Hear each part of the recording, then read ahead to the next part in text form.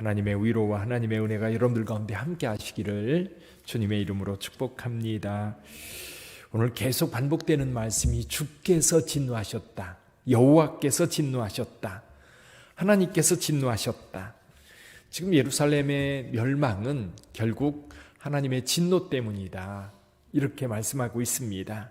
실제로 예루살렘 성에 쳐들어와서 성벽을 허물고 그리고 성전을 파괴시키고 그리고 거기에 있는 모든 사람들을 죽이거나 사로잡아가는 이러한 일은 분명 바벨론이 했습니다. 바벨론에 의해서 이 예루살렘 성이 파괴되고 무너지고 멸망을 당했는데, 오늘 선지자는 끊임없이 하나님의 진노다, 하나님의 진노. 1절에서도 말합니다. 슬프다, 주께서 어찌 그리 진노하사, 어찌 그리 진노하사. 3절에 보면 맹렬한 진노로, 5절에 보면 주께서 원수같이 되어 이스라엘을 삼키셨도다. 결국 이 선지자는 예루살렘의 멸망은 하나님의 진노 때문이다. 그런데 그 예루살렘 멸망의 모습이 그 철저한 파괴, 철저한 그 진멸, 멸망, 그 모습을 보게 되는데, 이건 하나님의 진노 때문이다. 하나님의 진노. 결국 하나님께서 진노하실 때 피할 자가 없고, 하나님께서 진노하실 때에 그 진노에서 벗어날 자 없다는 이야기입니다. 하나님께서는 전혀 긍휼히 여기지 않으셔요. 2절 한번 같이 읽어볼까요? 2절 같이 읽어봅니다. 주께서 야곱의 모든 거처들을 삼키시고 긍휼히 여기지 아니하셨으며 노아사 딸 유다의 견고한 성체들을 허물어 땅에 엎으시고 나라와 그 지도자들을 욕되게 하셨도다. 여기 보니까 긍휼히 여기지 아니하셨습니다. 긍휼히 여기지 않았다. 왜 그 진멸을 할 때 좀 불쌍하면 마음이요 더 이렇게 파괴하려고 해도 한 걸음 물러섭니다. 적당히. 그러니까 어느 선에서 멈추는데, 이거는 어느 선에서 멈추는 게 아닙니다. 끝까지 갑니다. 완전히 사라질 때까지 갑니다. 그 진노가 너무나도 처절합니다. 12절 한번 볼까요? 12절. 그들이 성읍 길거리에서 상한 자처럼 기절하여 그의 어머니들의 품에서 혼이 떠날 때에 어머니들에게 이르기를 곡식과 포도주가 어디 있느냐 하도다. 그 비참한 모습. 17절도 한번 읽어볼까요?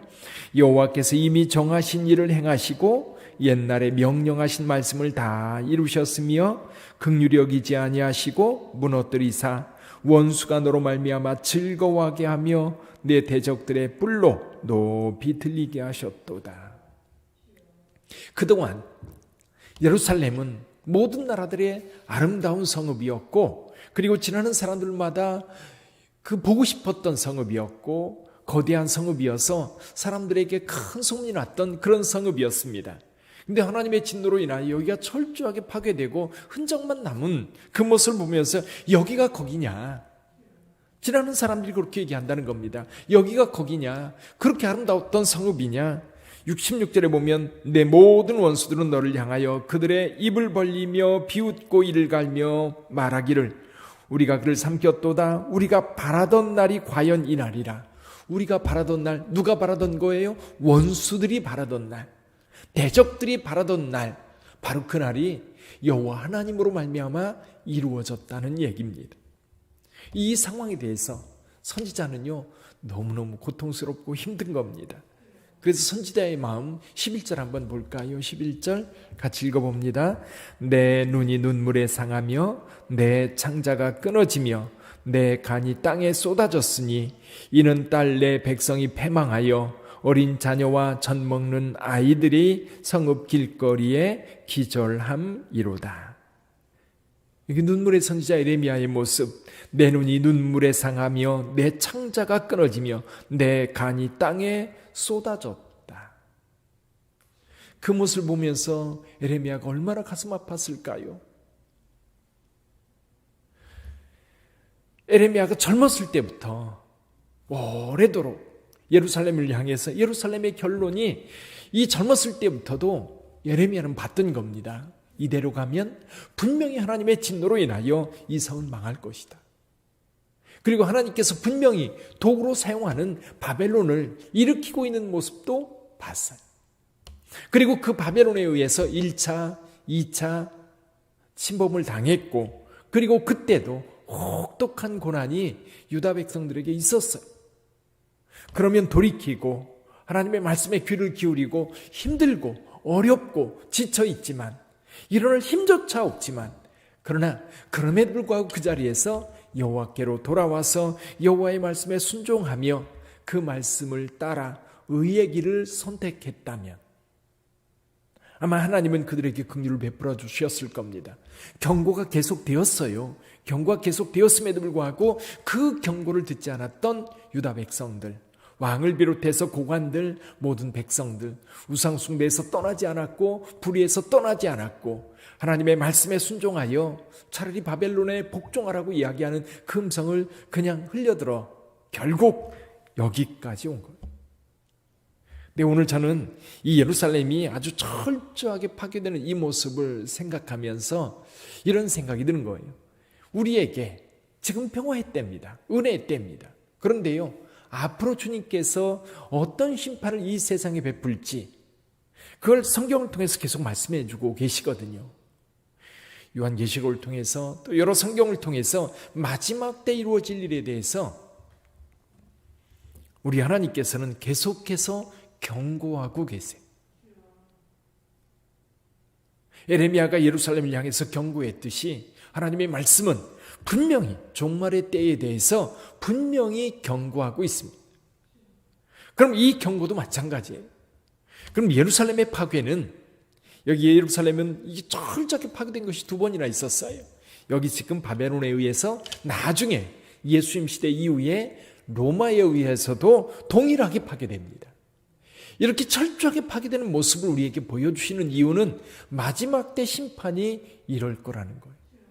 근데 실제로 그 성중에 있었던 사람들에게 심판은 정말 혹독한 거예요. 그러면 오늘 우리가 그 모습을 생각하면서 오늘 우리가 어떻게 해야 될지 봐야 되는 거예요.